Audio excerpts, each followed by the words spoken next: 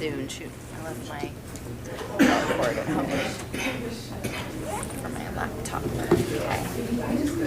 Yeah, and I can't even do mobiles. I'm learning. I'm a snowboarder. Thank you very much. We'll call in the City of Lakewood Planning Commission on April 17th at 7:02. Mr. Rice, will you do the roll call, please? Here. Here. Commissioner Coltmeyer. Here. Commissioner O'Neill. Here. Commissioner Overall. Here. And Commissioner Peters. Here. We have a quorum. Thank you, Mr. Rice. Do we know if Mr. Furman, did he indicate that he might not be here? I'm sorry. I apologize. I'm getting started. The question was? The question was whether Commissioner Furman indicated that he might not be here, or? He did not reach Okay. out to me before the meeting started, or that he was going to not be here. Okay. Well, if he arrives, we will add him. Our next agenda item is item number 3. This is a special use request, SU 23-001, a special use permit for major motor vehicle service expansion at 5809 West Colfax Avenue. For board members that are obviously familiar with this process, this is, of course, a quasi-judicial proceeding in which we'll have the applicant make a presentation. We will have the staff give their recommendation. We will make it available for public comment, and then we will consider a motion, discussion, and a vote. So with that, and Mr. Rice, you will be prepared, I assume, to swear folks in. We'll be swearing everybody in for this particular matter. And with that, do we have the applicant?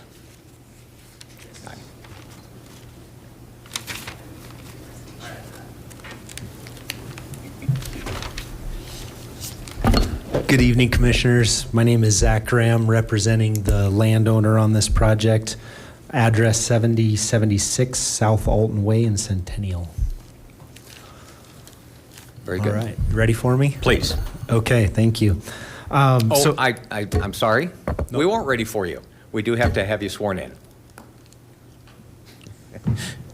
You're juggling too many headsets tonight. Actually, I am. Would you like to swear in individually, or would you like to ask everybody that's here to speak to Apex and do it at one time? We can have everyone who's interested in speaking on this particular item be sworn in at the same time. So if you are, then Mr. Rice will ask you to raise your right hand. And if you're here to speak to the SUP for Apex Auto, please stand and raise your hand, please. Do you swear to tell the truth and nothing, or do you swear or affirm to tell the truth and nothing but the truth? I do. Thank you. Thank you so much. Please proceed, Mr. Graham. Thank you. I've been to a lot of these. I have to say that's the first. But anyway, thank you. All right. So as said, this proposal here for this project is for the consideration of a special use permit to support the building addition of an existing local business that currently already provides major automotive repair at the location in question. So make sure I've got this. Okay. And as said, Apex Auto Body is located at 5809 West Colfax and has been in business in this location since 2001. Adjacent land uses, I can use the pointer there. And are you able to see that on your screens? Okay, so adjacent land uses to the west here, we have a multi-story storage facility.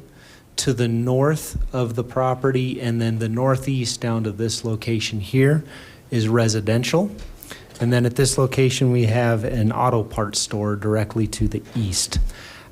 The main access to the property is directly off of West Colfax. That's a right in, right out, controlled by the median here. There's also cross access between the adjacent properties, which does give immediate access to Fenton Street here as well. All right, here's a view from West Colfax looking into the property. This in the back here is the building in question. The addition is actually off of the building, off the back side. We'll get into some more of the details of that though. And then you see the O'Reilly Auto Parts to the right. And in the back there is the storage facility. All right, looking at the existing architecture of the building, this is the front corner with the existing awning, metal building, some brick facade, and the window glazing in the front there. This is a view from the front parking area. You can see the building in question over on the right with awnings in this location. This is the multi-story storage facility that's adjacent. In the foreground here is a detention pond, and the boundary of the property approximately follows this fence line here and then goes off behind the building on that fence line there.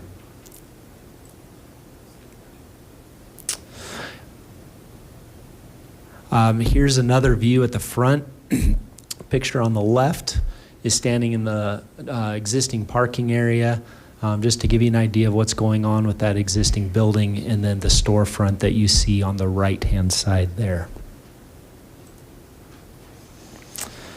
So I'm going to review 5 special use review criteria.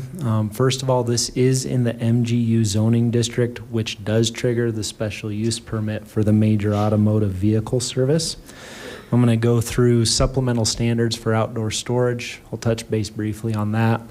The biggest time here will be on the MGU dimensional standards, and then non-residential design standards. I want to touch on those, as well as the comprehensive plan and relationship with adjacent land uses. Section 17.4.3.1.t of the code requires any outdoor storage associated with major motor vehicle service facility to be completely screened with a wall surrounding the storage area. The addition will take away the need for outdoor storage, so that is no longer a requirement for this. So secondly, I want to talk about the MGU dimensional standards. Number 1, above setback requirements. Within the MGU district, the building's required to be set back from 0 to 20 feet maximum, and side and rear 0 to 5 feet minimum. Also, there's a build to zone requirement requiring 55% of the lot width on the front setback to be building. Now, there's 2 conditions that don't allow us to meet that requirement. The first condition is the flag-shaped lot, where only the front width of the lot is 75 feet compared to 132 feet of the overall lot width. Which limits us from being able to accomplish this with the building addition that we're talking about. The second condition is reciprocal access.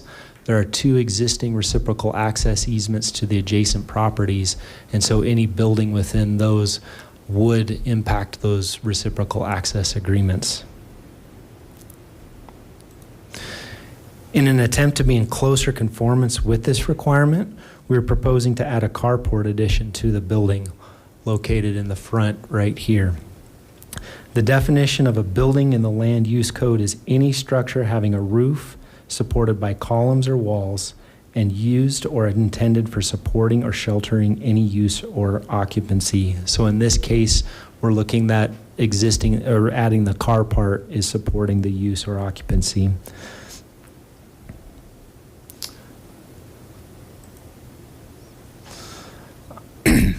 All right. The second thing I want to talk about is the build to zone. The lot frontage as stated previously is 75 feet wide along Colfax Avenue. That would mean 55% of that, or about 41 feet, would have to be building. The build to zone requirement states that this area must contain a portion of the building or a plaza in the front setback range. Because of the existing drive and reciprocal easement with adjacent property owners, it is not possible to construct a portion of the building in the build-to area. Therefore, to satisfy this requirement, we are able to provide 2 plaza areas on either side of the drive, totaling 45 feet of the overall 75-foot lot width. So in this area right here, plaza, and then this area over here. The plazas include benches and trees to satisfy the criteria in section 17.7.5.2b. The plaza area and the components in the plaza area fulfill section 17.5.1.6 of the code. And then finally, we propose to connect the two plaza areas with a stamped concrete section across the driveway here.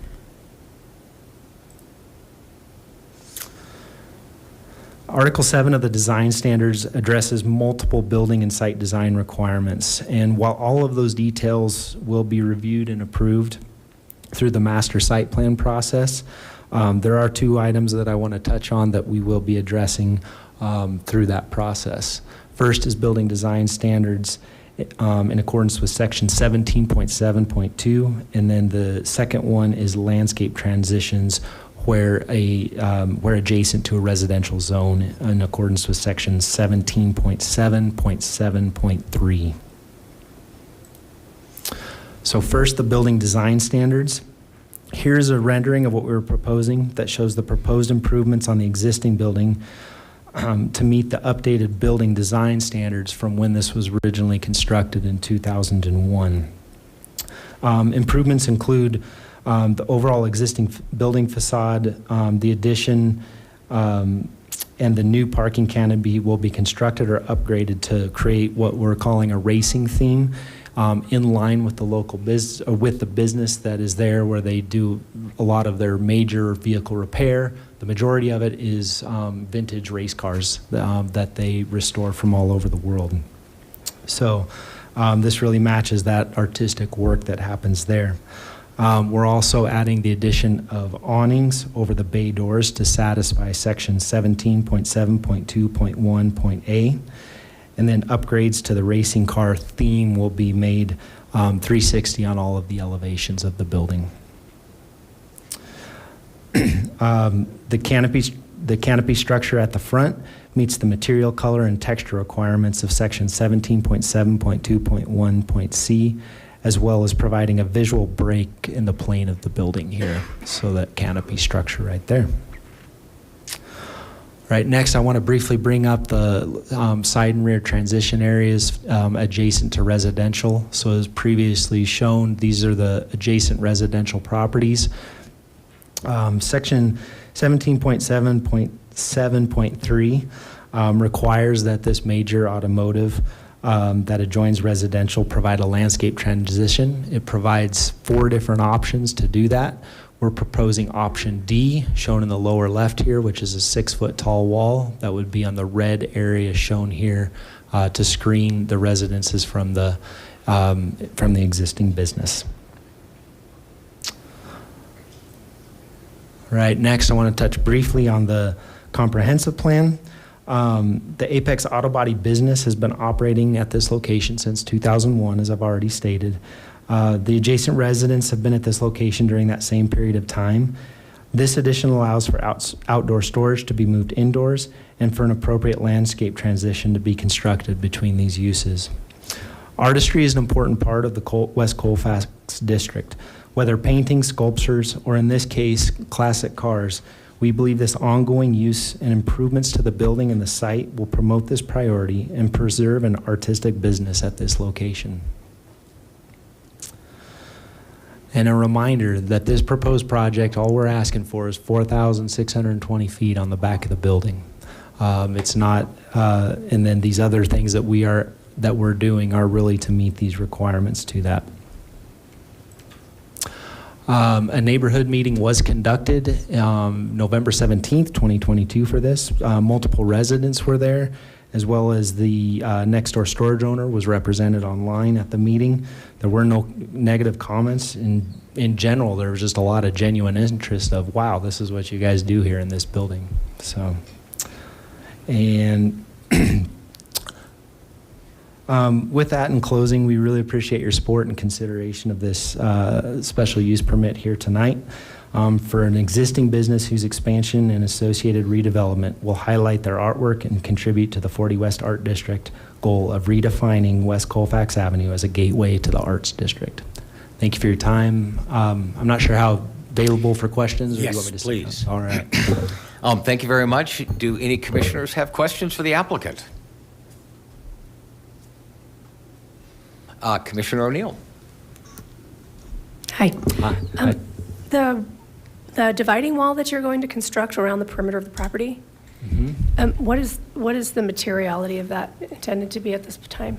The intent of that is to be a concrete masonry unit wall that would, and just by the code and the details again worked out in the master site plan approval process, has to have the pilasters at certain distances and be architecturally approved. Like, it can't be a smooth face block, it has to be a split face block with an integral color.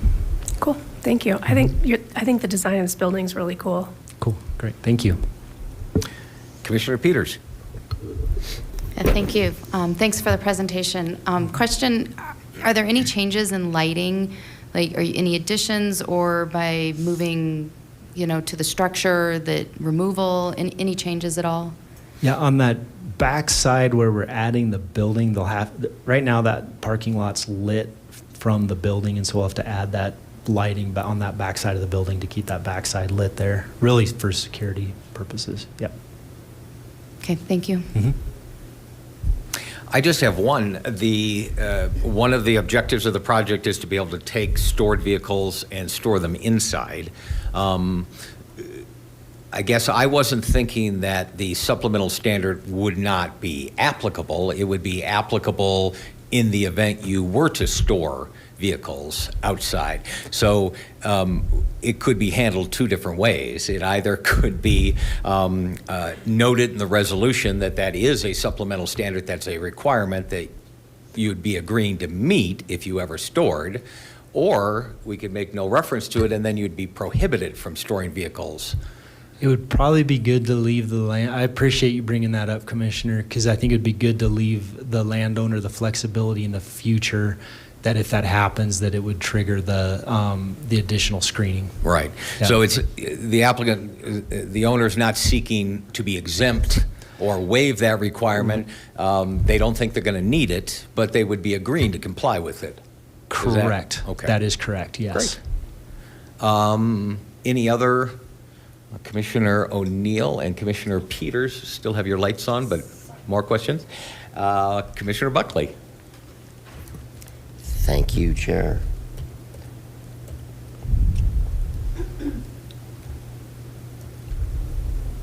My first question, you're meeting the Build 2 zone requirement in the front of the lot by constructing the plazas in the Build 2 zone, and there is a provision of our code in Article 5 that does specifically allow a plaza to be constructed, given that it meets certain criteria, instead of a building in the Build 2 zone. The purpose of this being that this is an urban context zoning district, and so we want pedestrian activation, interesting sidewalks, something to look at, something to feel like you're in a place when you're walking by, these kind of things. And so I appreciate the plazas going there. But there's a few requirements those plazas have to meet that you didn't touch on. So I just want to quickly go over those. First of all, can you confirm that 55% of the frontage of the lot, it's the skinny flag part of the lot, but 55% of that width will be a plaza? Yeah, so the total width is 75 feet, 55% is 41.25 feet, and the total plaza width is going to be 45, so it's greater than that 41.25. Yep. Okay, excellent. And I'm trying to find it in the code. There are several specific criteria that plazas have to have when they're meeting the Build 2 zone, and I'm not finding it right now, but perhaps you remember, I think there's there's a menu of 6 options and you have to pick 3, things like something of pedestrian interest, pedestrian seating. Can you describe to us the elements of that plaza? You bet. And how it meets those criteria? Yeah, sorry, I'm new computer here. Yeah, so the intent there, benches, hold on, let me go to my slide, my same slide there as well, because I had a list here.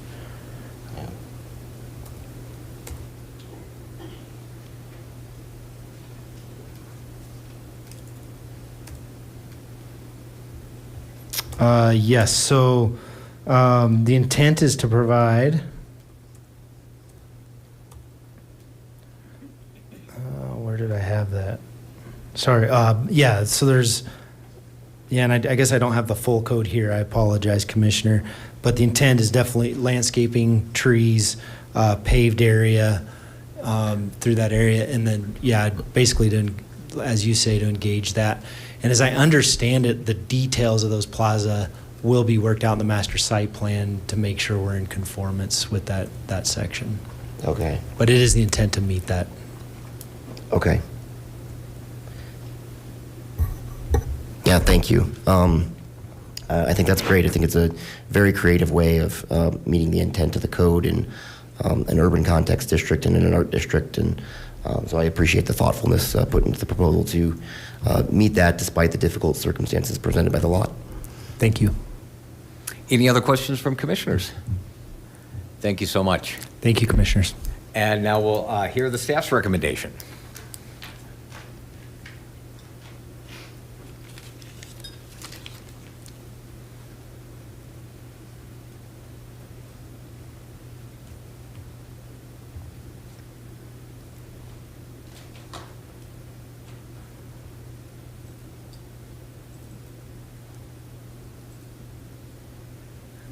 Okay.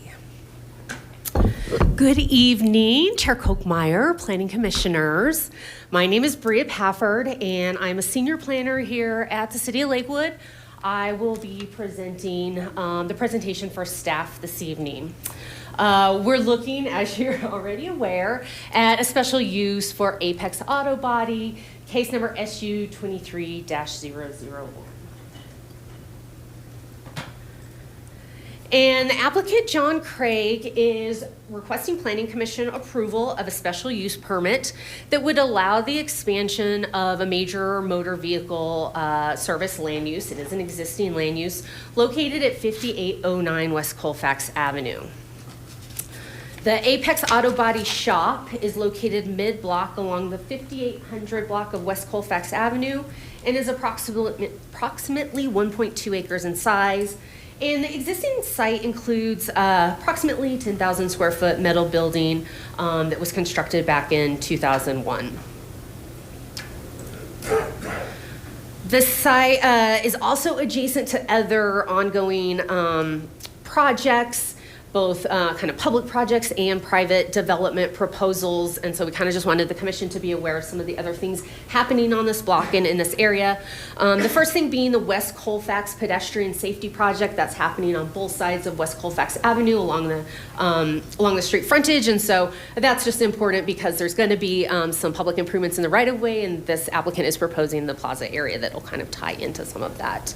The second thing is the 40 West Art Line loop that goes north and south on Harlan Street and up to Walker Branch Park, just north of this block. And then there's also the private redevelopment that's happening at 5991 West Colfax Avenue. That's there on the corner. And that is following the special use approval that was heard by this planning commission for the new 7-Eleven fueling station.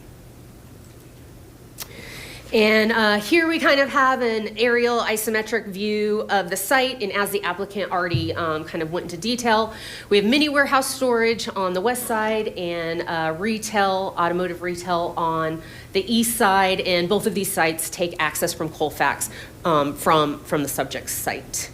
To the north of the property, north and northeast, we have existing single-family residential homes. The property is, as the applicant said, in the mixed-use general urban zone district. That's the zoning depicted in the purple on this slide. Other zoning in the area include residential multifamily directly north of the site. We also have a couple of other mixed-use zoning kind of in proximity to this, not directly adjacent to the site. As the applicant mentioned, the existing building is set pretty far back from West Colfax Avenue. I believe it's about 120 feet from the street frontage. and it's on an irregular shaped lot with the narrowest portion of the lot in the front, right on the street frontage. And as we said, access to Colfax is in this narrow area, along with cross access for the two adjacent properties. And then we have some existing surface parking spaces happening right here in the front of the existing building. And as you can see from this aerial, some of the outdoor storage that's happening kind of here behind the project. There is a paved access drive that runs along the east side of the building, and it connects, kind of the public portion of the site where the public parking is, kind of to the more private area of the site through a fenced and gated access drive.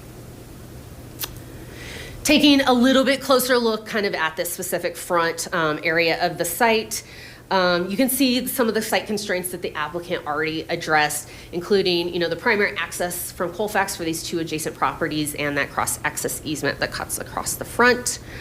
And that, most of this area here is already comprised of parking, driveways, and you've got some landscaping that's happening on the perimeters. With respect to existing conditions, Apex Automotive was developed back in 2001 under a different zoning designation than we have today. There are existing site and building nonconformities that are not in compliance with our current MGU zoning standards, and that includes that maximum front setback standard that's required, as well as the build to zone, just because a building can't physically be put that close to the street, although the applicant is proposing to address this through an alternative plaza solution. Now, the zoning ordinance requires an expansion of a nonconforming structure, which this structure is, that in order for them to increase the gross floor area by more than 20% of what's existing, they're required to comply with the setback and build to zone standards in Article 5. And unfortunately, as you can see, because of these site constraints, the applicant is seeking Planning Commission approval to allow an alternative means of satisfying both the front setback and the build to zone requirements, and that's pursuant to the proposed improvements that they presented in the presentation and have identified in the conceptual land use plan that was included with your packet. I'm not going to spend a whole lot of time on this. I think the applicant did a really good job, but this is a special land use plan showing those existing cross-access agreements, the addition here at the back, the carport over the existing parking here, and then the two patio or plaza areas happening at the street. Described in the Lakewood zoning ordinance, a special use review has a specific process that it must follow. It starts with a pre-planning application that started back in 2022. It's followed by a neighborhood meeting that the applicant hosts, gather input and comments from the nearby community, then moves into a formal application with a director review and recommendation, and then we arrive here tonight at our public hearing where our Planning Commission is tasked at making a decision on this request. The neighborhood meeting was held on November 17th, 2022. We had about 7 people in attendance. I say we didn't receive significant opposition. We really didn't receive any opposition to the proposal. There were some questions to get clarifications about what was proposed related to site detention, the proposed improvements, and the building architecture, and then again, the access and cross-access easements and whether or not those would be impacted or changed with the proposal. Again, running through some things that the applicant already covered, so I'm not going to spend a whole lot of time here, but Article 4 does require outdoor storage for in the MGU zone district to be adequately screened from adjacent properties and public right-of-way. Obviously, the applicant has the ability to incorporate outdoor storage, but has maintained that this addition really is going to allow them to bring everything inside, so it's really not going to be a need. But as you heard them say, that they would like to keep that option open, and if it is, then they would have to make sure they're addressing screening requirements at that point in time. Special uses are also required to comply with dimensional and design standards in Article 5 and 7. So Article 5, we're looking at things like setbacks, build to zone, building height, open space. Article 7, those are design standards. So we're looking at building architecture, landscaping, those use transitions or the buffers that the applicant talked about, fencing, lighting, et cetera. And all of these are reviewed as part of the major site plan review process, pending an approval of the special use. Let's see, let me find my spot here again.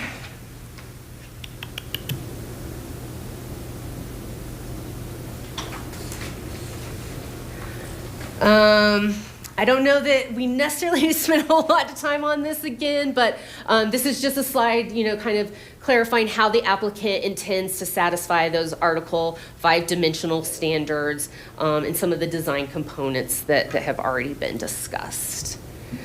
As previously mentioned, staff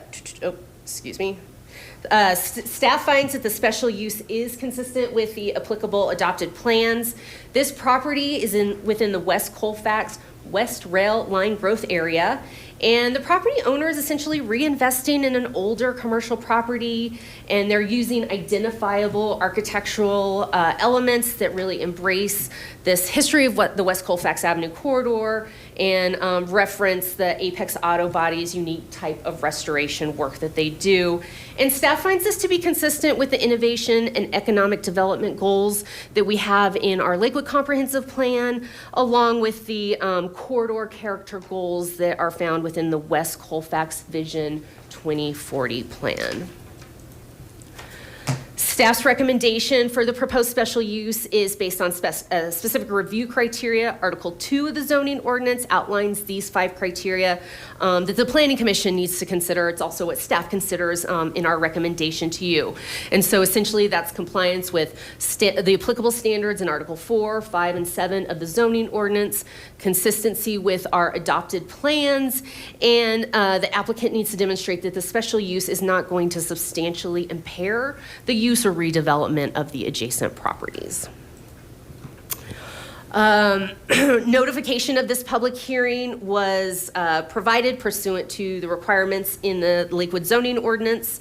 We sent written notices, mailed notices out to 126 tenants and owners of property surrounding this site and 6 registered neighborhood organizations. A notice sign was posted on the property, and referral reviews were sent out to our utility agencies and our service districts. Staff did not get any opposition or conflicts from those utility agencies about the use. Staff's findings of fact and order are as follows. The applicant is requesting Planning Commission approval of a special use permit. Notice requirements per the special use have been satisfied. The request was reviewed by appropriate referral agencies, and pursuant to the conceptual land use plan and the applicant's presentation, staff finds that the special use meets the applicable review criteria.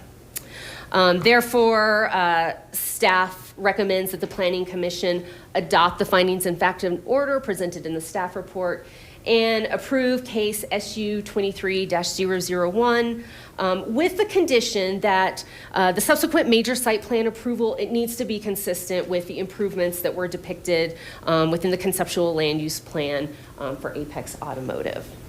So that essentially concludes staff's presentation. I'll go ahead and take a seat, and if there's any clarifications or questions the commission has, we'll be happy to take those. Thank you, Ms. Pafford. Commissioners, questions for staff? Commissioner Buckley. Thank you. I just wanted to say that I found the section of code I was struggling to find earlier when Mr. Graham was speaking. So this is a question for Ms. Pafford, just to verify that the conceptual site plan includes these things. So when a plaza is used to satisfy the build-to zone requirement, I'm going to read a list of things from the code here. It needs to have 1 linear foot of seating for every 30 square feet of plaza area. That could be benches, chairs, or seat walls. It just goes on like what those are. So it has that. And then 2 of a menu of 5 more things: shade structures, trees, water features, activity areas, or pedestrian scale information kiosks. So they have all those applicable things, I presume, in the conceptual plan. Correct. that was really part of the initial conversation between staff and the applicant, that if that was their proposal, that we would be expecting them to demonstrate that they meet or that they can comply with those standards for plaza areas. So, the site plan is going to need to show that they meet their minimum seating area through benches and seat walls and things like that, and provide two of the other alternate plaza amenities or something kind of within those lines that help, create and enhance that pedestrian environment. Okay, great, thank you. And yeah, as I said before, I think this is a very creative way of meeting the letter and also certainly the spirit of the code by providing these amenities. And I'm generally a fan of the build to zone requirement. I like pedestrian scale buildings up to the streets. I think that's really appropriate in these kind of zones where we require it. But I'm also really grateful that someone had the foresight to write this kind of alternative possibility of meeting it into the code. Because yeah, here we have a lot where if they had to meet the build to requirement, I mean, this lot's unusable. So I'm just really grateful our code is well written in that way. Great.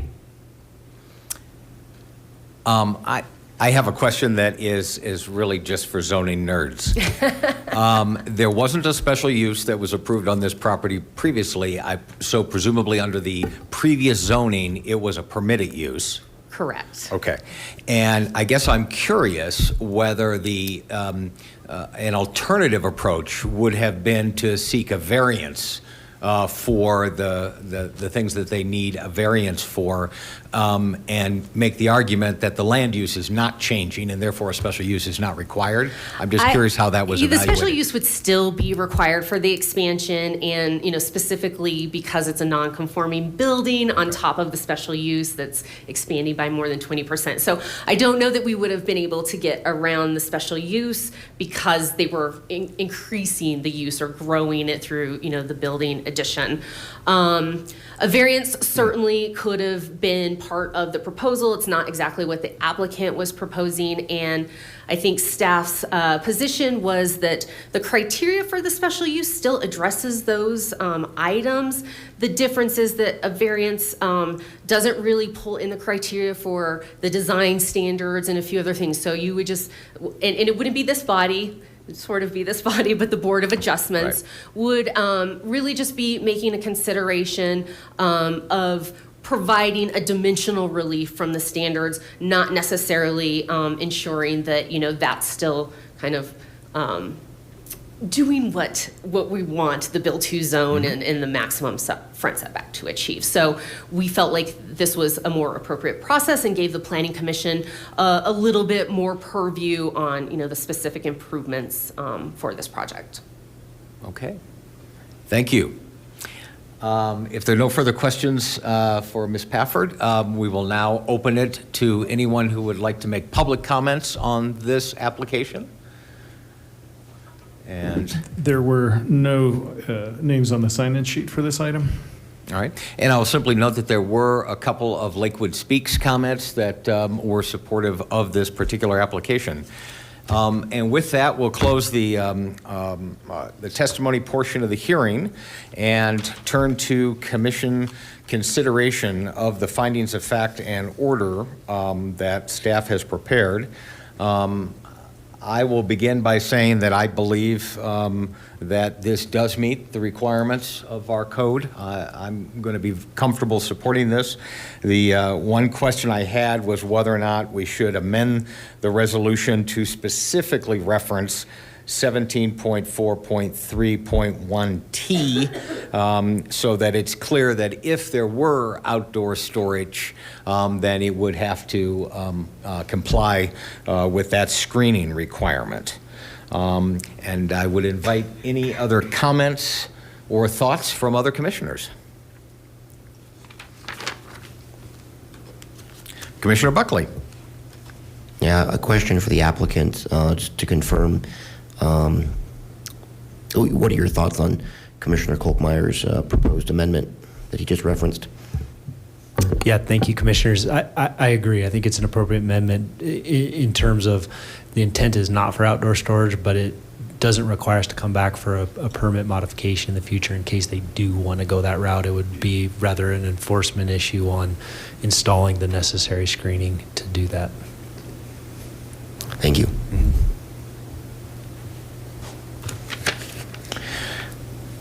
And if there are no further questions, I will go ahead and make the motion that we approve the findings and order as provided by staff and as posted on Lakewood Speaks, with one change, which would be under number 6 of the findings of fact, following the words ordinance 17.2.4.2a, I would insert and 17.4.3.1t.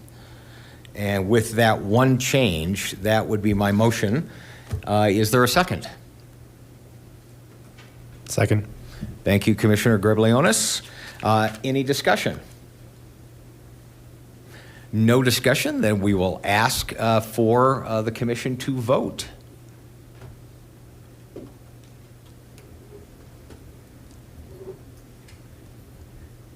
Commissioner, overall, yeah, it's right up there. Should be a yes and a no. Yep. And that passes unanimously with 6 yes votes. Thank you very much. That application has been approved. And Mr. Rice, I assume you've got for the revised ordinance the change. I do, thank you. Thank you. Thank you. And before we move to the next item, I want to go back to your question about Commissioner Furman. I believe at the last meetings, he said he would not be here. In fact, he called me this week and asked if there was a meeting on the 24th, and I told him no. But yes, it was or 2 meetings ago when we were talking about calendar, he was not here. Thank you. We will now move on to item number 4 on our agenda, other legislative matters. Just to refresh everyone's recollection, the City Council periodically sends us requests to make recommendations on various land use matters. The issue here, and we had our first opportunity for testimony at our last meeting. Today is another opportunity, and there likely will be a third opportunity, depending on what the commission chooses to do this evening. Just as a reminder, what we are tasked with has nothing to do with any individual institution. That is not within the purview of the Planning Commission. We are talking about the regulation of land use by any college or university within the geographic boundaries of the city.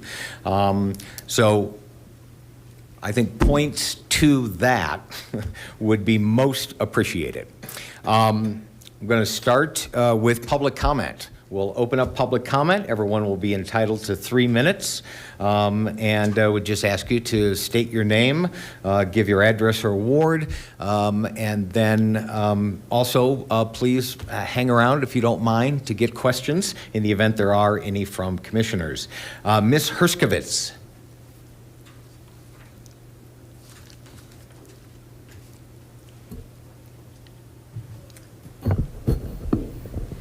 Lenore Herskovitz, Ward 1. At the last Planning Commission meeting, the question was raised regarding the way other communities handle this. So I contacted 4 cities. I contacted Greeley, I contacted Fort Collins, Colorado Springs, and Golden to see how other communities handle university uses in residential neighborhoods. All of these cities that I contacted have college campuses in their cities, although some are public and some are rather than just private. None have a specific university use definition, but none have experienced a university takeover of a neighborhood. In Fort Collins, CSU has very defined boundaries. When family housing was needed off campus, the university built it. They did not remove any housing from the neighborhood or take over any neighborhood housing. It was their need and their responsibility. The UNC campus in Greeley is mostly bordered by high density or commercial buildings. In Golden, the School of Mines is growing, but they're doing so on their campus. In that city, public and private schools are permitted in all zone districts, subject to a special use permit, a process that involves both the Planning Commission and City Council. Colorado Springs has reported no problems with college expansion into residential neighborhoods. In the district court order regarding the motions for summary judgment, I don't know, has this been passed out to everyone, these court documents? I know they were requested by one of the commissioners. Have you guys seen them? Okay. So this is on page 7. The judge recognizes Lakewood's interest in protecting the character and vitality of residential neighborhoods. On page 11 of the same document, it states, and I quote, Lakewood has established a valid interest in the general welfare of its citizens by regulating population density and uses in areas zoned solely for residential use. There is a reasonable relation between the declared interest and the prohibition of university or college uses in residentially zoned areas, unquote. On page 9 of the appeals court decision, it states the importance, and I quote, of ensuring that neighborhoods do not turn into university residential life centers, unquote. CCU is a private university, but it's also a business. Missionaries, employees, faculty are all functions of this enterprise. Those affiliated with this school or any college or university should be housed on campus or other appropriately zoned university residences. The courts have upheld the city's right to preserve the character of their residential neighborhoods. Please recommend the enforcement of the ordinance that will achieve that goal. Thank you. Just a moment. Mr. Sorry. In the event that you do have some questions, but thank you. Any commissioners have questions? I guess not. Thank you. Okay. Next up is Jerry Coffey. Did I say that right? Yes.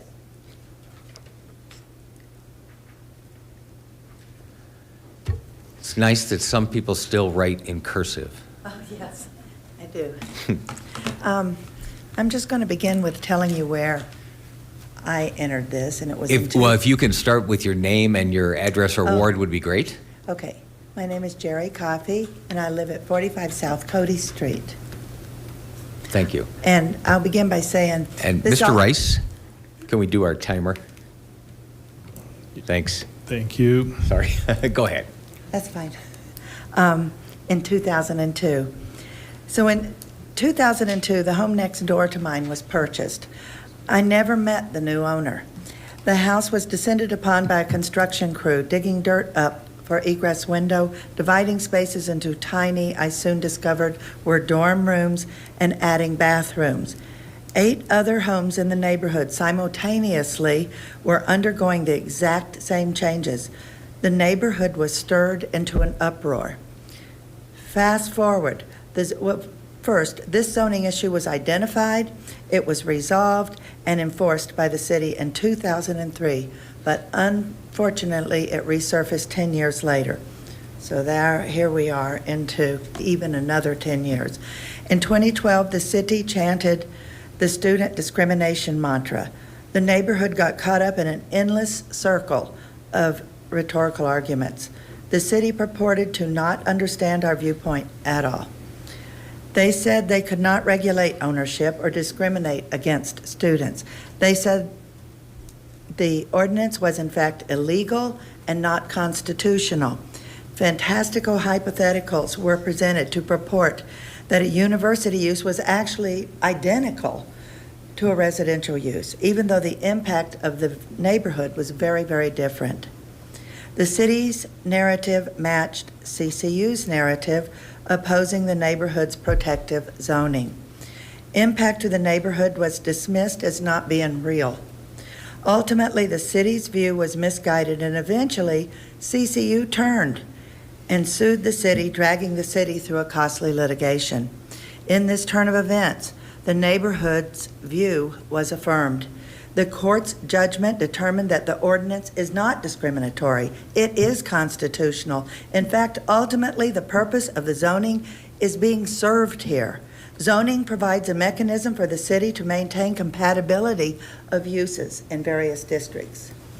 My understanding is that we are here tonight because council has asked you guys to review the ordinance and to clarify what counts as university use and what does not. The current ordinance seems clear to common sense thinkers that include many uses that are not listed. On April 3rd, here at this meeting, Mr. Peters said that just because something is constitutional doesn't mean that we should adopt it. The real question is whether or not it should be Lakewood's policy. To mitigate the impact on Lakewood's neighborhood, I say yes, a policy is needed to explicitly enforce the ordinance. The city won the lawsuit that CCU filed against them, yet in winning the lawsuit, the city lost their excuses to the neighborhood about why they can't enforce the ordinance. The ordinance is constitutional. It is. Your does time's not expired, but go discriminate. ahead and wrap I up have if you'd one like. sentence. Yeah. And the negative impact to the neighborhood is very real. It is a fair practice to restrict incompatible uses in residential zones. Thank you. And you may get some questions. Any commissioners? I just want to make sure that I understand, and I didn't ask this question of Ms. Herskovitz because she had testified before that she thinks the current zoning provision is adequate. It sounds like, is that your thought as well, that it does not need to be changed to affect the purposes you're concerned about? I mean, I think common sense is built into that, what is a university, and that it is complete.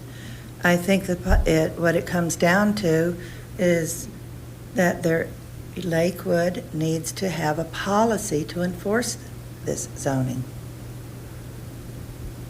Right. And right now, they feel they can't enforce it, but they don't really have a guideline. They don't have a policy to go through to enforce it that I'm aware of. Yeah, but again, just on our issue is the zoning code provision. You're comfortable that the current zoning, it's really the enforcement? I am comfortable with it. Are you comfortable with it is the question. Do you feel that it is vague, that it's not clear, that it wouldn't include faculty housing or missionary centers and potentially housing, temporary housing for the missionaries that are visiting? If you don't feel it includes it, I suppose you could actually add that to the list. There's a lot of things you could add to the list. One of those homes could become a little coffee shop and a bistro for the students to walk over. You could add that to the list. There's multiple things that you could add to the list of what would be considered a university use. But I think that there's a certain element of common sense that if the university is, if this is part of the university's activity, it is part of them and part of their use. In fact, the students over on that on that street that is being used right now, they thought when we were talking to them that this was part of the campus. They thought that these homes were part of their campus. And we're going, no, you're in our neighborhood. They weren't even aware of that. We have a question from Commissioner Peters. Yeah, thank you, Chair. I heard from the previous speaker and also in comments that there had been an enforcement previously, and I know you're asking for enforcement. Do you think that the enforcement that had occurred previously would be adequate? Well, in 2003, when the two ordinances were put into place, that one was that to make it very clear what was to happen. One was the definition of what is a student living unit. The old verbiage had to do with dorms, and so dorms didn't quite work for everybody. They were okay with me, but So they changed it to student living units. In 2012, student living units, during the rewrite, the definition was removed from the ordinance. Once it was removed, then the discussion about, well, this isn't a student, we don't even know what a student living unit is. And we're going, well, what about the definition?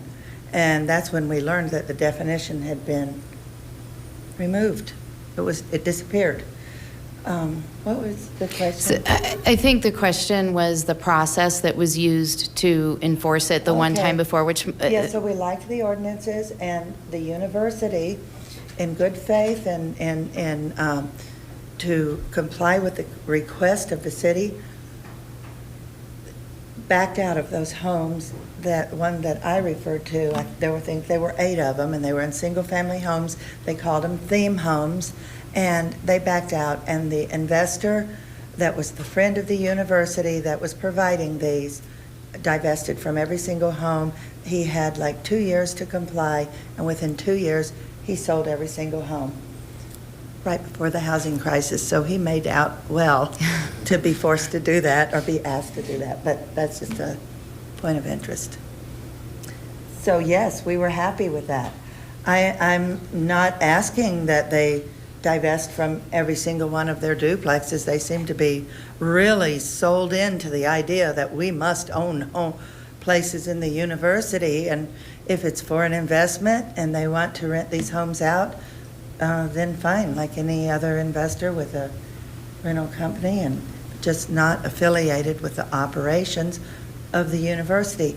It's a slippery slope. That's what we have found. They divested, and so how did we get back into this? Every home on the west side of Cody Court was purchased under the radar of the neighborhood. They were purchased under LLCs, under incorporations, under individual owners. We were not aware of what was taking place. When every single home was purchased and curled around on Cedar, the president of the university, who has passed away, I don't know why I can't recall his name, you all know him, but he called Robert Baker and I in and said, the university has purchased every single one of these homes. We're like, what? And we want to bring this into our plan development because that was taking place at the time. And so we'll rezone this strip and bring the line in further. And then we'll complete our fencing and our landscaping to bring that into the campus. And we had dealt with this for so long, and we're so tired of having to constantly deal with this that, and every house was contiguous with the campus. They had already purchased them all, and so we did not fight the zoning. And the Mid-Lakewood Civic Association agreed to let it go, but we did ask at the time, Armstrong, you are aware that there is zoning in place, that we're being like okay with you doing this, just as being good neighbors, just to let you go ahead and do what you've set out to do here. But we don't want, you can't take any more. You know, don't just keep, and so they quit claimed all of those to CCU, rezoned, and took them. And lo and behold, they started buying more homes on the other side of the street. And they continue to do that even since this litigation has taken place. They're confident that they can, and they can buy homes, and they can, instead of a university business, they can have a rental business, but the two can't go together. Is the way. Answer your question. Just like, could it not to any other university? I speak to this because this is current, what is happening in this neighborhood. Yeah, I guess I'm trying to understand the question that I've heard from a lot of the residents is, we would like this enforced. And so what does that look like? Does it look like, and you know, in the previous one, I understand that had a different outcome, but enforcement where they maintain ownership. So for example, code is called, they come out and they ask them, is this a university use, or Well, I think how they would that could just- work? I think the city could go to the university and say, could you let us know, how you're using these properties? And the university could tell them they don't have to invade anyone's privacy by going to the residents or scaring the students or anything. And this is a Christian university, and I believe they would be honest with you and say, well, we've got students over here and we're using this for a missionary, and we've got some faculty here. And then you would say, well, that's not appropriate. The city would say, and, there could be a, you make compliance. First of all, you get a notification. If you don't meet it, you get so many days to come into compliance. If you don't do that, there's going to be some kind of penalty. It's probably money and fees. And at some point, the fee becomes a little bit astronomical. If you continue to do it, then it becomes really punitive. So that the CCU will respect the city authority. At this point, they do not appear to respect the city or the city zoning authority. Thank you. Thank you. Paul? And Commissioner Kolkmeyer, the gentleman's coming down. Mr. James Mace is here, and he informed me he didn't sign the sign-in sheet, but he would like to speak as well. On this item. Okay, thank you. Good evening. My name is Paul DeSegli. I'm here to deliver this testimony on behalf of Mr. Robert Baker of Ward 1. I also live in Ward 1, and I'm personally acquainted with Robert Baker. To that point, Colorado Christian University has demonstrated a consistent pattern of self-righteous, self-serving, arrogant administrative policies over more than 20 years that I have been involved with their actions. Adjacent neighborhoods have been negatively affected. I've always tried to center concerns and advocacy on facts, which have nothing to do with the religious nature of the institution. However, the irony has not been lost on many in the community, who note that the hypocrisy consistently demonstrated by CCU, a Christian-based institution with the motto, grace and truth. CCU's first attempt to convert low-density residential homes into university housing was met with extreme resistance and disapproval from the neighborhoods over 20 years ago. The extant record from the recent unsuccessful lawsuit brought by CCU against the city includes that history and documents from staff, planning commission, and legal opinions that support the ordinance prohibiting college and university uses. Much of that archival information was only provided because I had retained it, and it was not available from the city. I would respectfully recommend that the commissioners carefully read both successful motions for intervention, especially the attachments, the final order from the district court, and the subsequent affirmative ruling from the Court of Appeals to help inform the basis of any recommendations. The code is clear that actions undertaken by CCU now and in the past have been in violation of LMC. The mayor and city council, and giving clear direction to staff, should have the political and legal will to make this clear in no uncertain terms to the administration at CCU. The city should insist upon compliance on an ongoing basis. This includes all university uses of properties located off their campus where not properly zoned. The city should make it clear that the definition as stated in LMC is not exhaustive and includes other institutionally provided housing in addition to student housing, i.e. faculty, missionary, other personnel. Such a decision to enforce the code should be conveyed in communications to the community as well. CCU, for their part, might take the enlightened approach and simply take no for an answer. Having engendered animosity from the community for over 20 years and having been fully rebuked by the court system, CCU should acknowledge the situation and make a public commitment not to expand their campus any further to the east or north of their current footprint. Such a commitment might actually convey good faith in purporting to be a good neighbor. On a slightly expanded note, this would also be a step in the right direction of stemming the tide of commercializing residential neighborhoods i.e. allowing short-term rentals, expanded ADU rules, and higher density in inappropriate areas. And I appreciate that you're I appreciate that you're reading it for Mr. Baker, but would you take questions if any commissioners have questions? I was going to say that I'm not as familiar with the details. I've spoken with Lenore and other people and Mr. Baker, and I would defer to an expert if you would allow that, or else. I don't You know can that we ask have your any questions, but any commissioner questions? Seems we don't. Thank you very much. Shannon Dreyfus.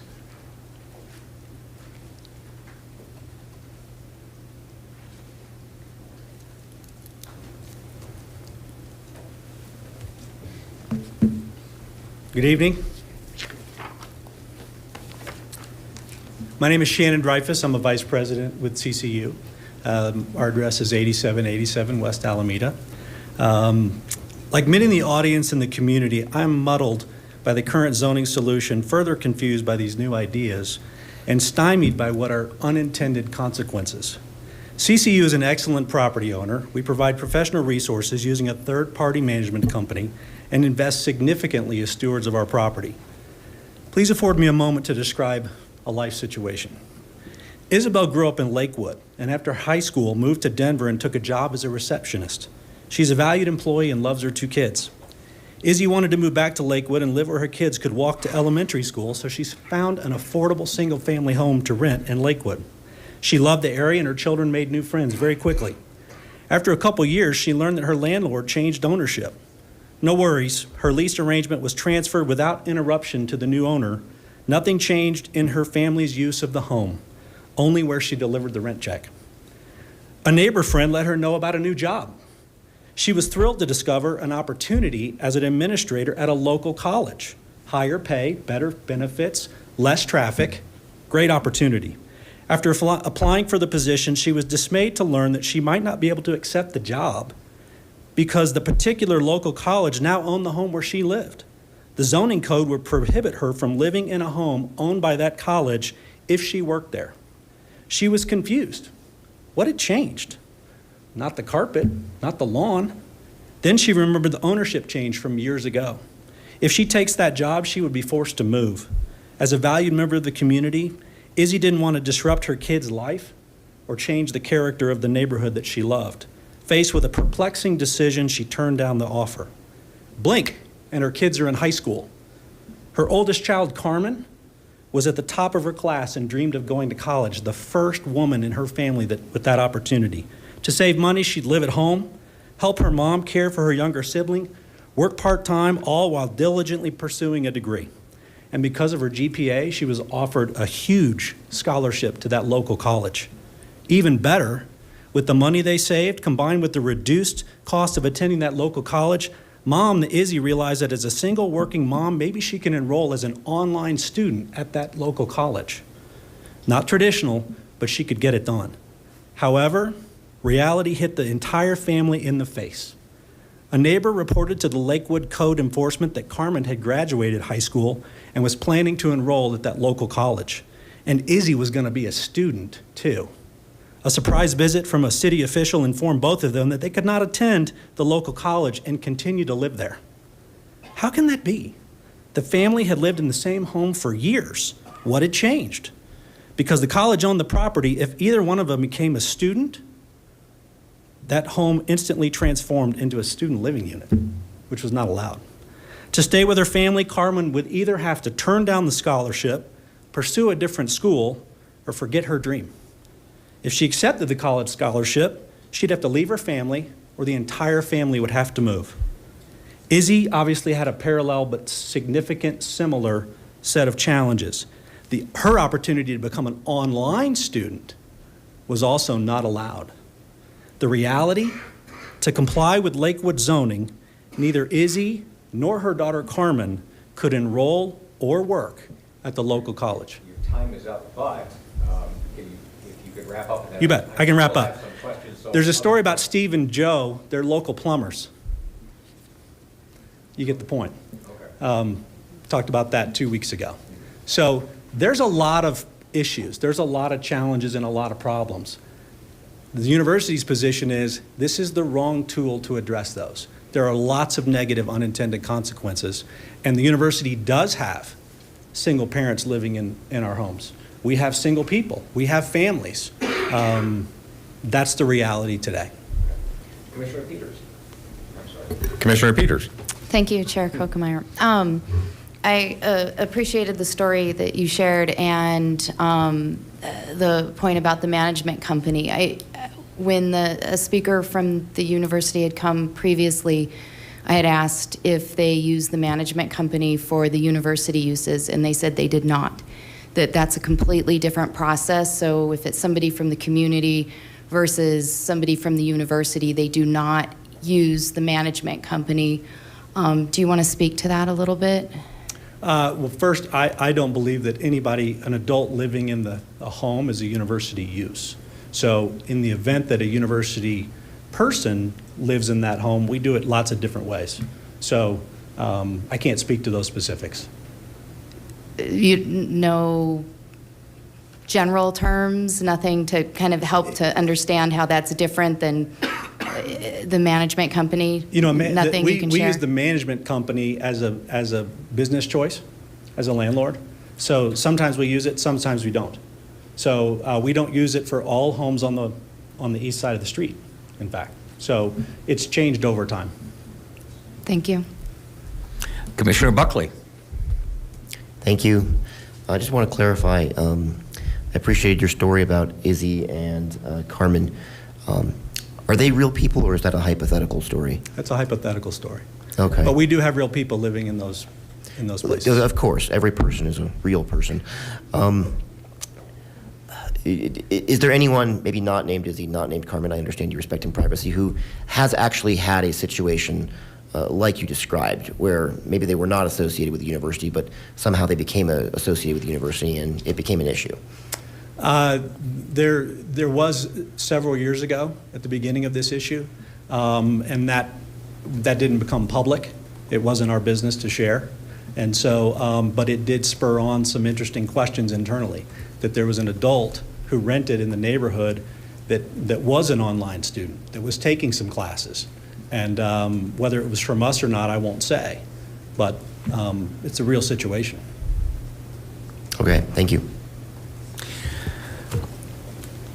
So I want to make sure that I understand. When we heard some testimony last meeting that suggested that the current zoning ordinance, the university felt comfortable and did not want to seek a change. But today, your hypothetical sounded like you interpret it as someone who is not a student, but is otherwise employed by the university, that they would not be allowed to live there under the current ordinance? No, not under the current ordinance. Okay. So my hypothetical was as considered a change. I see. Okay. And my little narrative contemplates both situations, both the current and the future. No, the university has a different opinion about the current ordinance. And I understand that, and that is often the case. Sure. There's an interpretive difference. One of the things that struck me in our first hearing on this was that it seemed like both sides of the equation were suggesting that they were more comfortable with the current law rather than a proposed change from the Planning Commission. Is that a fair characterization of your thoughts on it? I am more comfortable with the current law than a proposed change. Okay. Emphasis on more comfortable. Okay. So I do not recommend a change. Okay. Other questions from commissioners? Commissioner Griblionis. Thank you, Chair. And this question maybe is a two-parter. The first part is for Paul, who might or might not be able to answer it. It's more so about if a zoning violation is reported to code enforcement. Can you just talk through what the process is internally with the city and how they go about reacting? And to clarify your question, you're just asking about general code enforcement Exactly. process. So typically, code issues come in from the general public. And so it is, depending on how that comes into the city, it's sent over to the code enforcement. They actually open a case. Well, before they open a case, the code enforcement officer will visit the site, determine if there's an issue. If there's an issue, they'll come in and open a case. They'll have conversations generally with the property owner. If the property owner is not willing to work with code enforcement to resolve the issue, then they'll issue a citation. If a citation is issued and the applicant doesn't work toward resolving it, it generally ends up in a hearing in the court, and then they work through that process. So before going through the process, opening a case, issuing citations, they generally try and work with a property owner or an applicant to resolve the issue. Thank you. And I don't think I need a second part. I think that gives me the information I needed. Thanks. Commissioner Peters. That answer struck me as interesting because I think, as you recognize, Chair, that it seems that both sides are okay, but they interpret it differently. And so it sounds like the city process could potentially bring it to a hearing where a court could decide what that interpretation is. So that's my thought for the council. Thank you, or the commission. Yeah. I believe that's it. Thank you very much. Thank you. I'll leave copies of mine. Terrific. Thank you. Mr. Mace.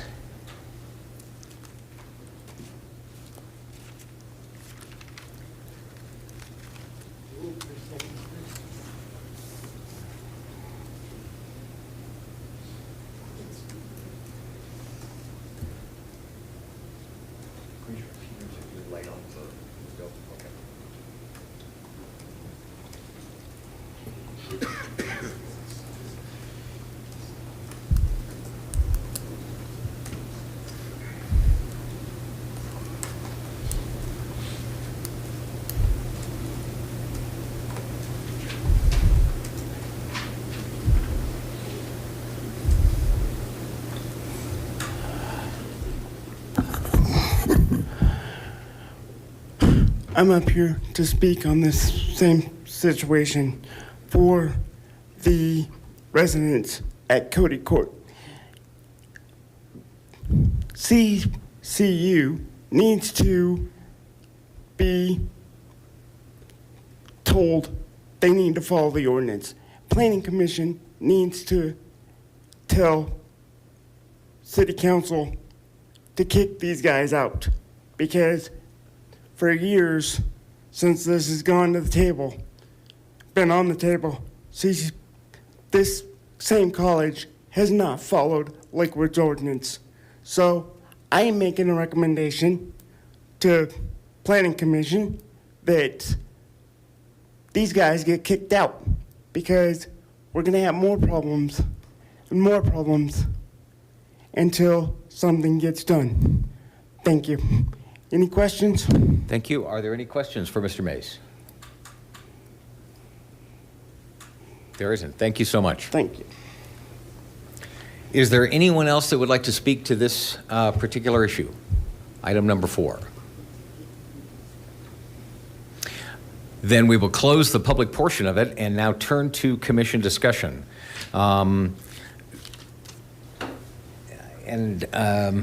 I guess I will kick it off by saying something very similar to what I said last time we met on this. I was expecting to hear that there would be recommendations to make changes to the current zoning code.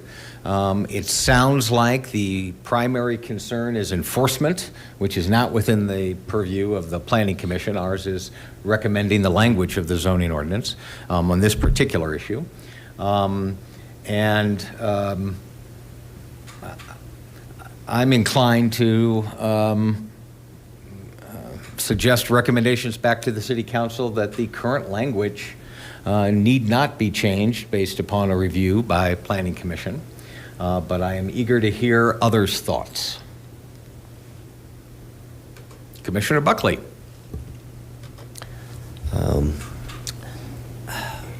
I would say that I'm fairly strongly of the opinion that the zoning ordinance should be enforced.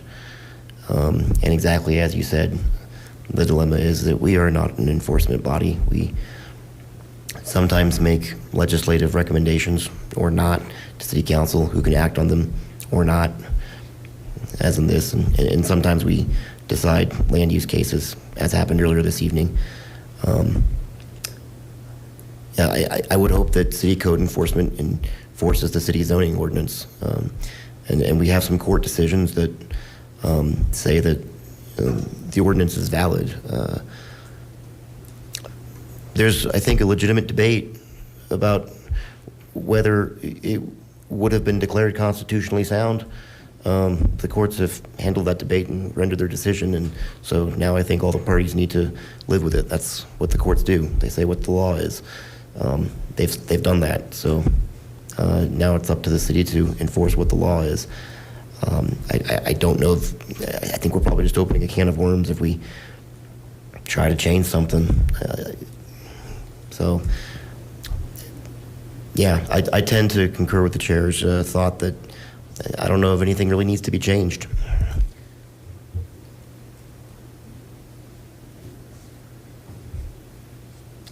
Any other thoughts or comments from commissioners? Commissioner Overall.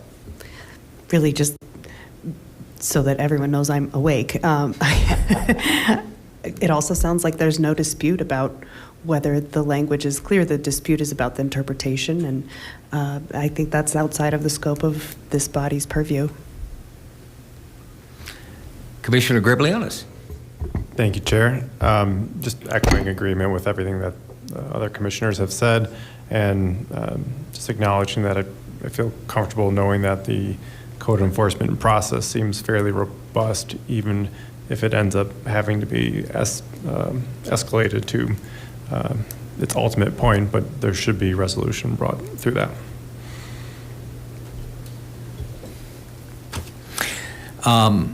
And now I'll make a gratuitous comment that's going to probably get me in trouble. But to the extent that I do have concerns about the existing language, it seems important to me that we have multiple purposes that we're trying to address. We are trying to maintain the character of an area, but we're also trying to find housing opportunities for employment. So I kind of see both of those. It will be interesting, I think, in the comp plan process for this to be further discussed. There's a lot of concern that we do not have affordable housing. There's a lot of concern we do not have workforce housing. There's a lot of concern that we don't have housing near major employers. Obviously, a university, a hospital, those types of uses are going to be major employers. So I do think that I guess I'm comfortable for the time being leaving that to the broader discussion, but I do think that's an important issue. But for the time being, my recommendation, and I guess I'll go ahead and make a motion, which is that the chair prepares a draft resolution in response to the City Council's request for recommendations that indicates that we, based upon our review and public testimony, suggest that this section of the ordinance not be altered. Is there a second? Second. Thank you, Commissioner Griblionis. Discussion. Commissioner Peters. Thank you. Can we make in that recommendation that the city enforce the code and that it, understanding there is a dispute, that it take its course to have an interpretation resolution?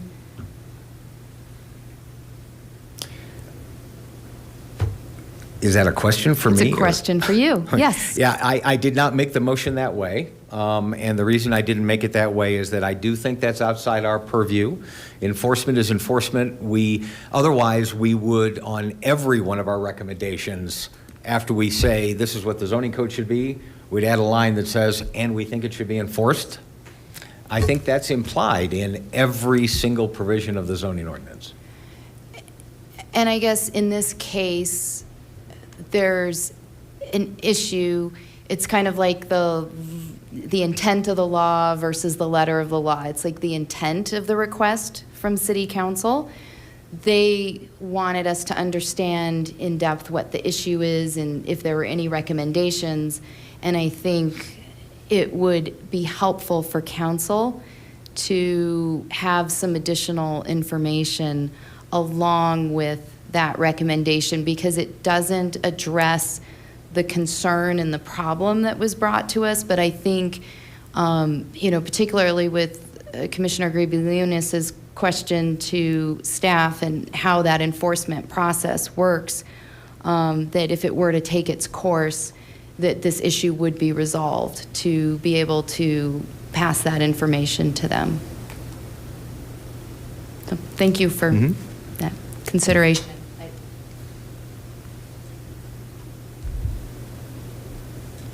Any other discussion or thoughts? I will call the question then. I'll restate the motion. I hope I can do it accurately. It would be for the chair to prepare a draft that would be made available. I'll add a reminder. It will be made available on Lakewood Speaks for everyone to see it, to comment on it, and at our next hearing, we'll be able to specifically address a written draft of the resolution. Commissioner Peters? Sorry, before we call the vote, the request that I made, could that be an amendment to it, or would that be included? I guess I didn't get an answer if that would be part of it, if I'm voting on a resolution that would include that or not. I'm sorry if I wasn't clear. It is explicitly not included in my motion. Not included. And I explained the rationale for that, which is it doesn't make any sense to me as a matter of policy that we would say in a resolution, here's what the language of the zoning code should be, and by the way, this one should be enforced. That is implicit in every single provision of the zoning code. So I think that is beyond our purview. I think that is already implied, and it's certainly not related to the question that was asked by City Council. Is there another way to express to City Council kind of the findings of fact and information that we've arrived at here through this process, in that if it were to be enforced through that process, that question that the two sides have would be resolved? And so it would meet the need that they have given to us.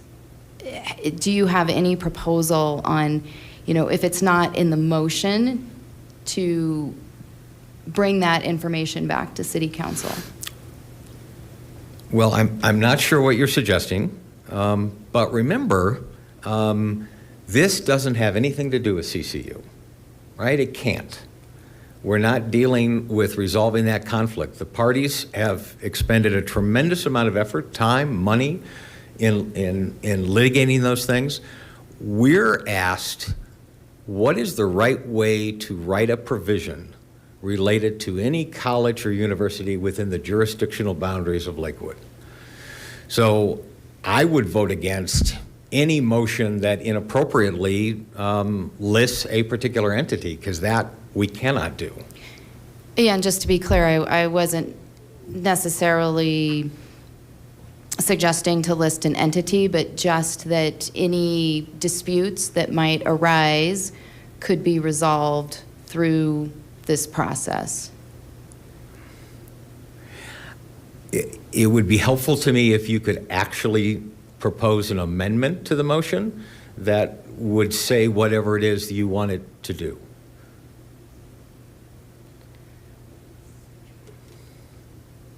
Okay.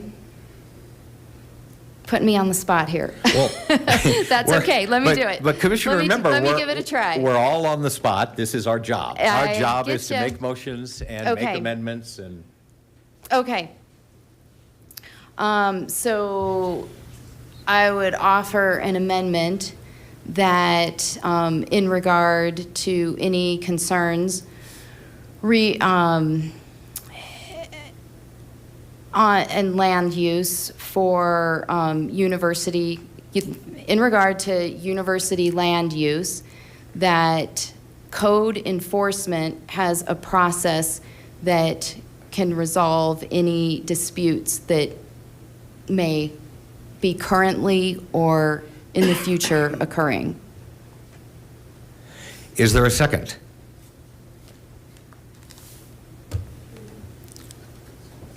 I have a Commissioner Buckley. I have a clarifying question.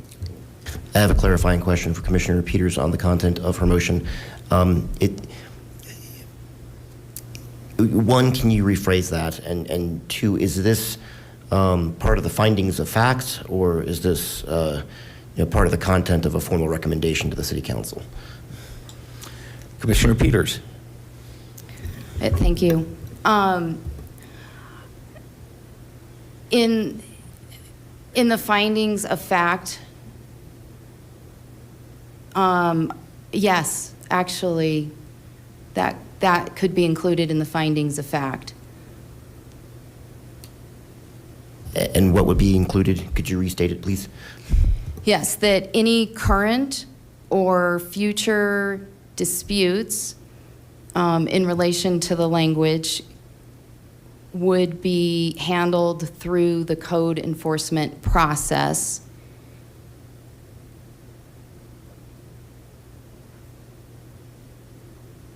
Commissioner Buckley. Right, so they can be handled that way. Well,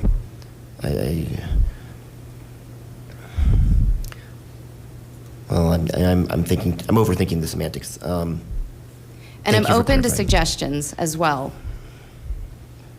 in terms of the language. Yeah.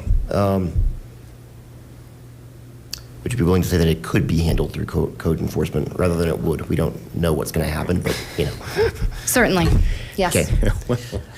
Then I'll second that for the purpose of discussion. Okay, well, I will definitely be voting no on that, because to say that it could be gives the discretion, I guess, to the staff as to whether it would be enforced or not. All zoning provisions should be enforced by code enforcement. So I'm going to vote no now that we have a motion and a second. Is there any further discussion on that motion? Seeing none, we'll ask, did you want to speak? Never mind. All right. So again, this is an amendment to the main motion that says that code enforcement is optional. No, okay.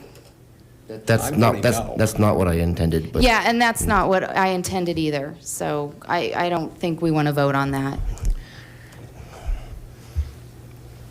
Would you like to try again? You want to withdraw your motion, withdraw the second?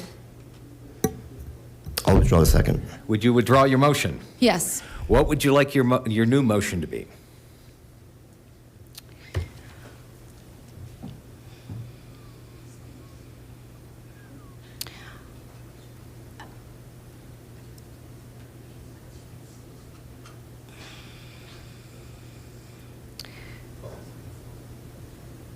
I think if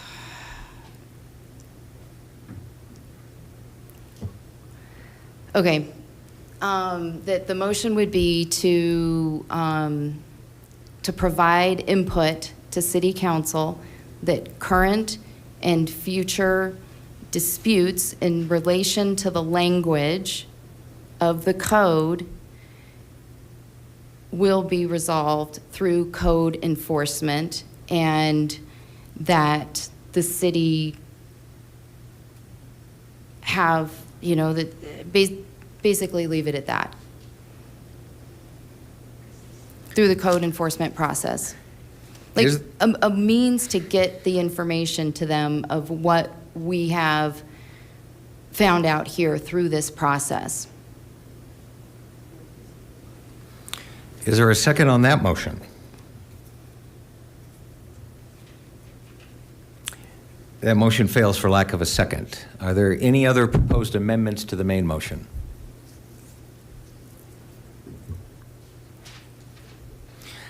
And Commissioner Peters, I get what you're trying to do, but you've got to think about this in the legal context, which is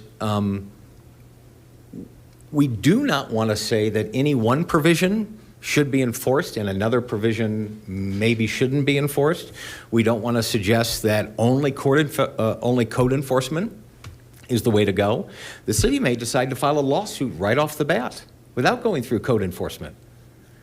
So saying that you want this to go through code enforcement is not what you think it is. It is a limitation on the rights of the city. It's a limitation, I think, on the neighbors. I think that's the more accurate way to think about this issue. I admire that what I think you're trying to do is send a message to the community that you know, you want to see things enforced, but let's not take away the city's ability to enforce. Every provision of the zoning code is enforceable.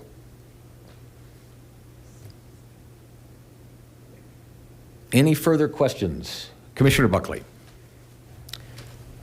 Yes, thank you for that, Chair. I agree with very much of what you just said. Yeah, the enforcement is both important, and there's multiple ways of it happening. And, you know, that's, I think there's value in saying that out loud in a discussion, and I think we certainly have now a few times. But yeah, I agree with you that I would be concerned with limiting rather than broadening the scope of, you know, what potential enforcement looks like. And I share your earlier sentiment that enforcement of every provision of the zoning code is implicit. You know, that any law that gets passed by any legislative body will be enforced is implicit. You know, we shouldn't be making laws that shouldn't or can't be enforced. So for all those reasons, I didn't second your motion, but I appreciated where it came from. Commissioner Peters. Thank you. Well, and I think the concern is that it's not being enforced, and that's where the issue lies. And so I think we should recommend that this code be enforced. Commissioner O'Neill. So I 100% hear what Commissioner Peters is saying, but I don't think, but I agree with what Commissioner Kolkmeyer and Commissioner Buckley stated, that that's already what's supposed to be happening. If it's not happening, it's not in our purview to make that requirement because it's already a requirement. So it seems like what it comes down to is the interpretation of the code, the interpretation of ownership and what ownership means in this situation. And there's been litigation regarding it. There's been a lot of consternation around it on both sides of this. Both entities feel as though both parties feel as though the code is written correctly. So I think it's difficult for us to say, but enforce this one, even though I understand why you are saying it.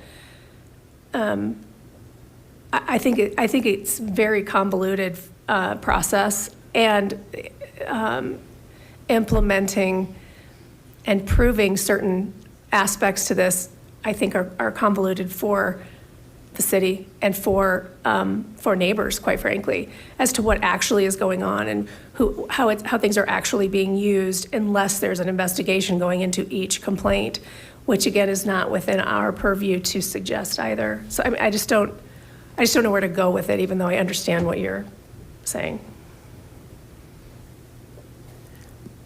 Commissioner Peters.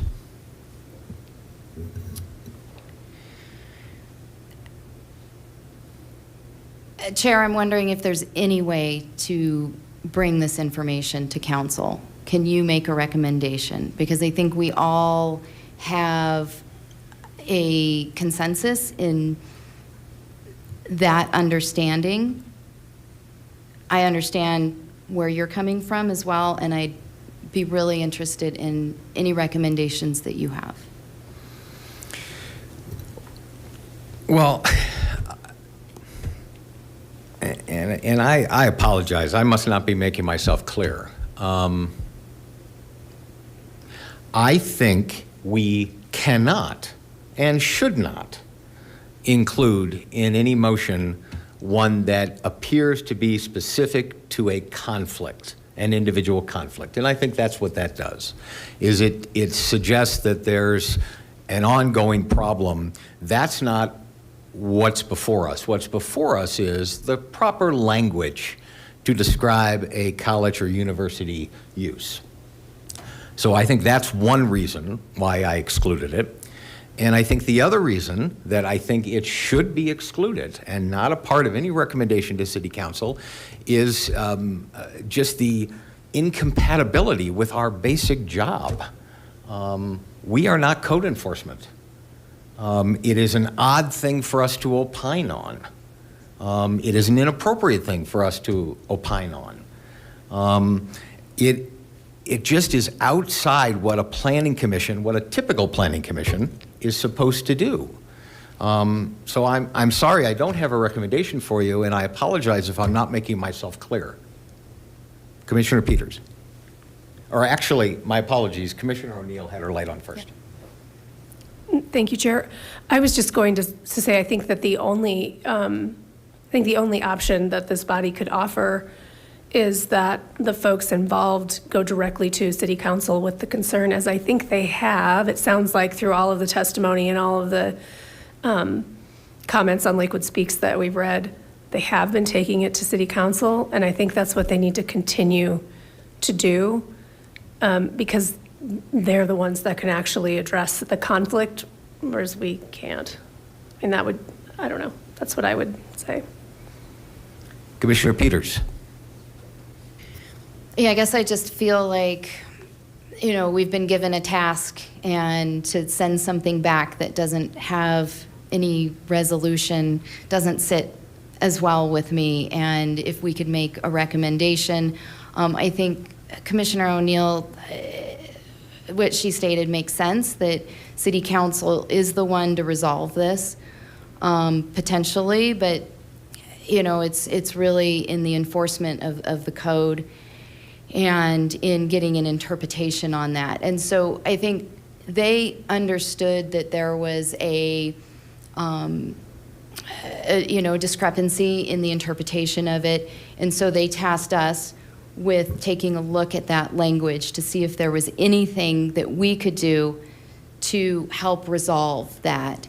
And I guess in some ways sending it back and saying, well, we've looked at this and we don't have any recommendations. I mean, yes, we've heard from both sides that they don't think that it needs to be changed, but maybe we look deeper into it and we can think of something. I guess it's just, I feel like it's been given to us as a task, and it's just the feeling of we have failed in our task if we're sending it back and saying, we've looked at it and we don't think there's anything that can be done. Is your light on again? Commissioner O'Neill. I think that one thing that stands out to me in this is that I think there's 2 other colleges and universities in Lakewood, and we're not hearing from those neighborhoods.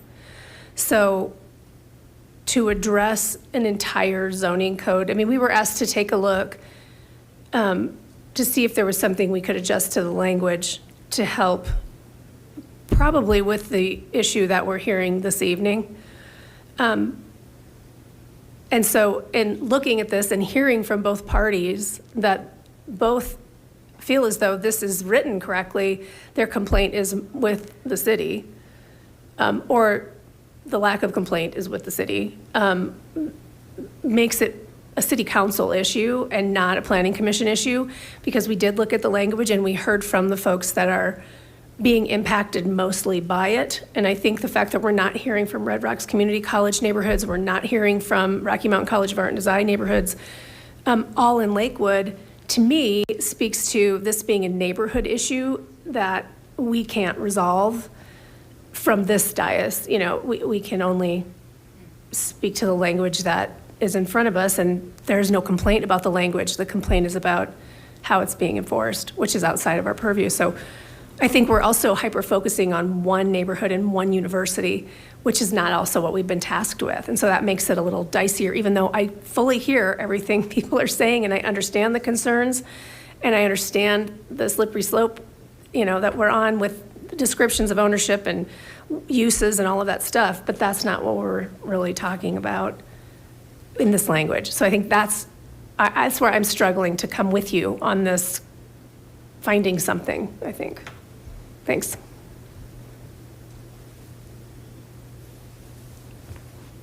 Is there any further discussion or proposed amendments to the main motion?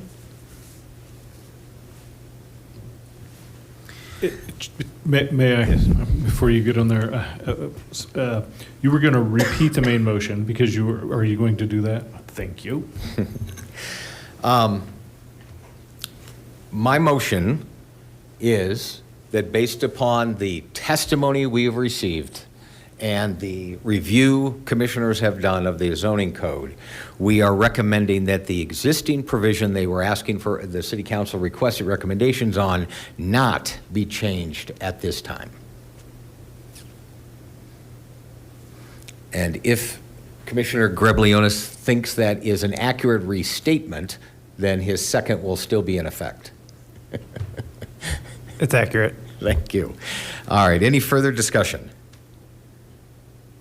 Then we'll ask folks to vote on that motion. And that passes 6-0. So again, just in terms of process, that's going to be drafted for everyone to take a look at. It'll be posted on Lakewood Speaks, and then we'll have this on our next agenda for further public comment and commission discussion, and potentially any motion that anyone wants to make regarding that. I think that concludes item number 4. We are moving on to item number 5. This is a reminder. We've had this on the last agenda. That language has been out there for about a month. It is my suggestion that we ask City Council to amend our enabling ordinance to allow us to establish committees. My thought behind this, as I mentioned before, is primarily to increase our efficiency as it relates to some of the recommendations that we get from City Council, because I think a lot of those issues can be tough to, fully discuss from start to finish here among the entire commission. But I do think it's important that no committee be given authority to take any action. All they would do is make suggestions to the full commission, and then the full commission would be in a position to make any decisions based upon that input. And of course, every commissioner is empowered to do their own research, thought, drafting, or anything else. And then the last thing I'll say, and then open it up for discussion, is that we've been advised by council that we do not have the authority to do this on our own, unlike some other changes to rules and regulations. So it would have to be drafted as a resolution. It would have to be passed. Then the city attorney's office would put it in, hopefully, ordinance form and deliver it to the city council for first and second readings, public comment, and all of that as well. Commissioner Overall. Rookie question. Mm-hmm. Where is this draft? It already exists. It's been drafted up. Is that right? The resolution? Yeah. So it does appear on Lakewood Speaks. So when you go to the Planning Commission on Lakewood Speaks, and we can do a little bit of poking around on that later to make sure that everything's coming up. But it should be available as an attachment. Very often you'll see, as you did in the special use case, there's the applicant's submission is one of the attachments. The staff recommendation is one of the attachments. You have to actually look at the top You have to go before the item, usually, I believe, to see it. Chair Kolkmeyer, may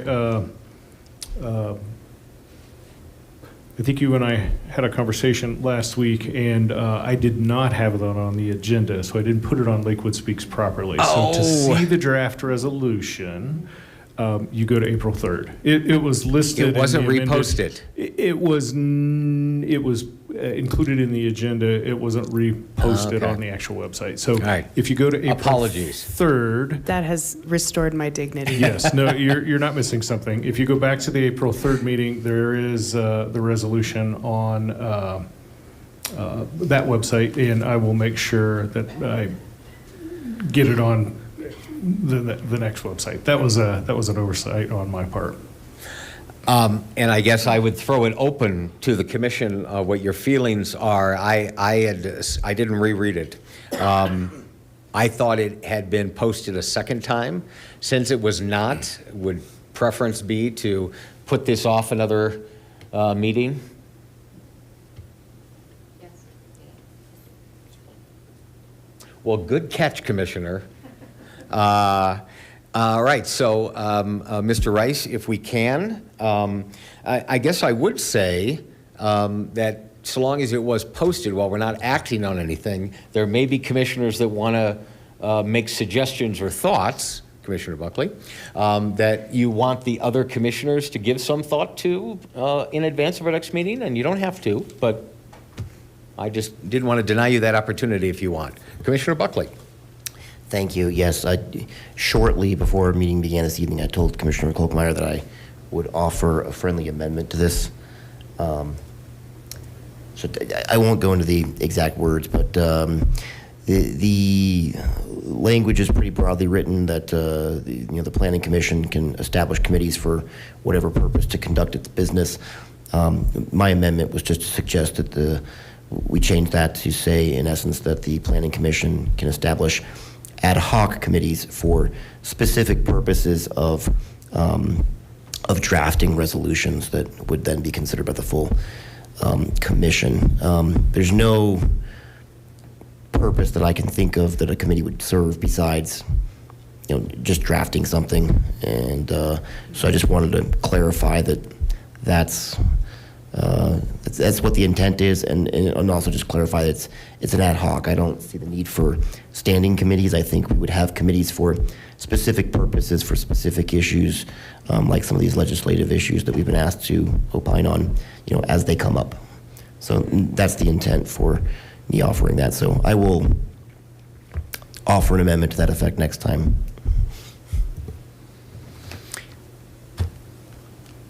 Is your light still on from the... Please do. Commissioner Overall. Thank you, Chair. I will just add that that sounds reasonable to me, what Commissioner Buckley just mentioned, and also I am inclined to vote in favor of this kind of a resolution. It seems like a good way to get business done.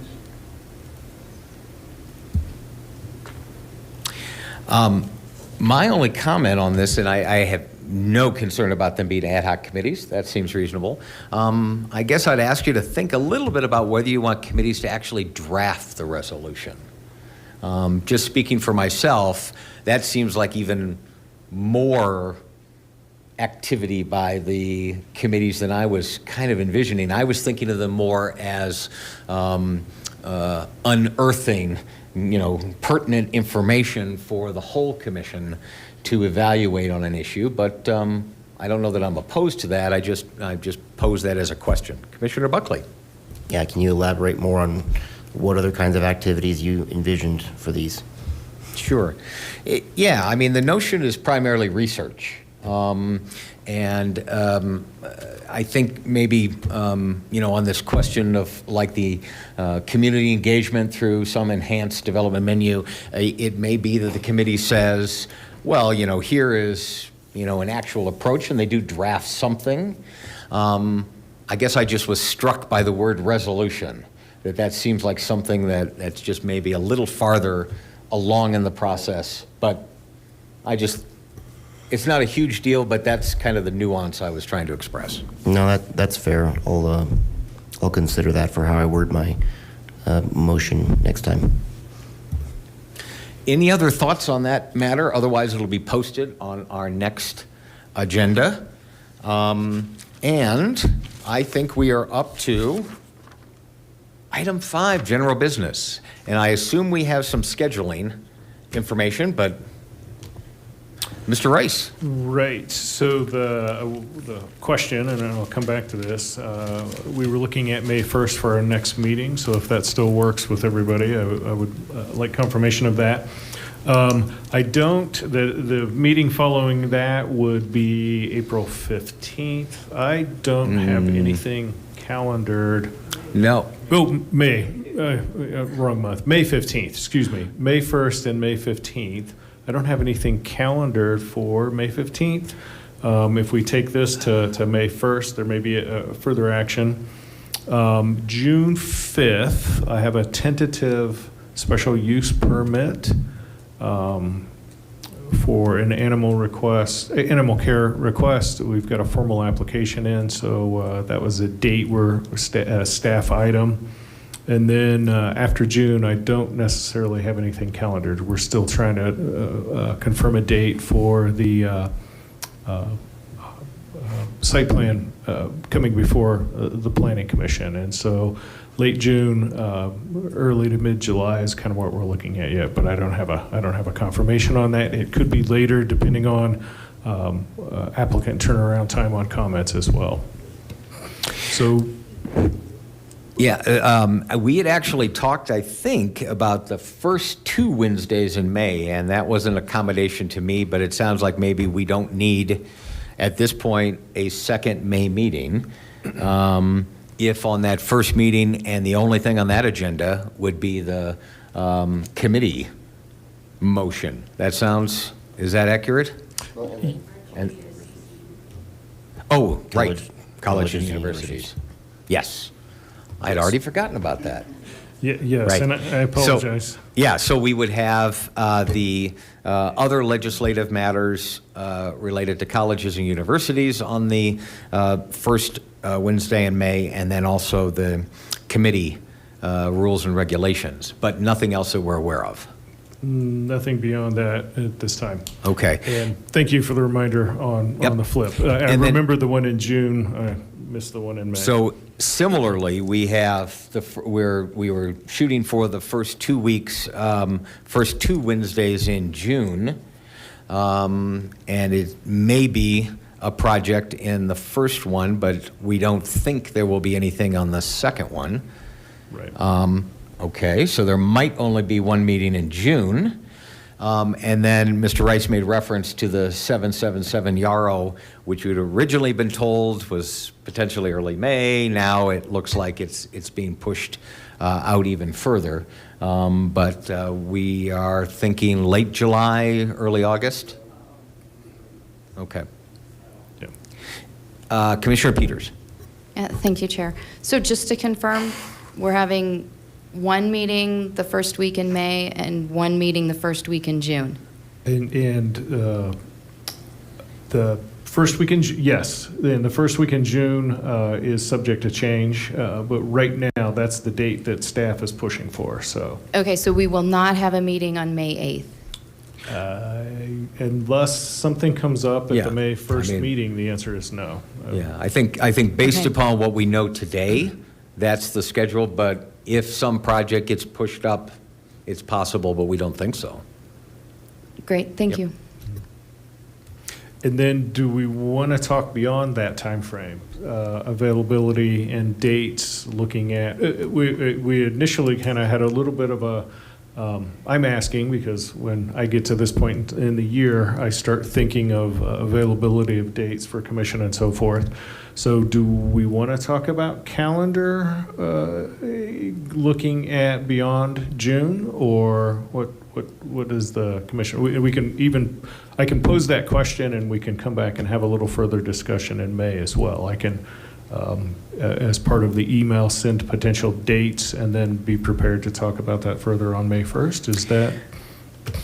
Yeah, I think, I mean, the general rule is I want everyone to continue to keep the first and third Wednesdays as anticipated dates. And if there are projects, then we will utilize those dates. And if there are not, we'll be able to cancel some of those. Keep your fingers crossed the council doesn't send us anything else. And remember, we still need to get back to the proactive community engagement one, which is the one that we have not had to grapple with yet. Commissioner Buckley. Thank you. Total change in the subject for a different question for Mr. Rice. It seems to me we have gotten awfully far behind on approving minutes of past meetings. Can we resume Very much so. doing that? And I know there's a lot to catch up on at this point. Maybe just as you have them ready, start putting them on the agendas. If that's the way the commission wants, I'll get the past couple that I have. That's actually the gentleman behind me here is kind of filling in, learning to maybe sit in this chair at future meetings, and he's assisting in catching up on those minutes as well. So we'll put the couple that we have from 2023 on the calendar. Okay, thank you. Is there any further business to come before the Planning Commission? See none. We are adjourned at 9:02. Thank you all.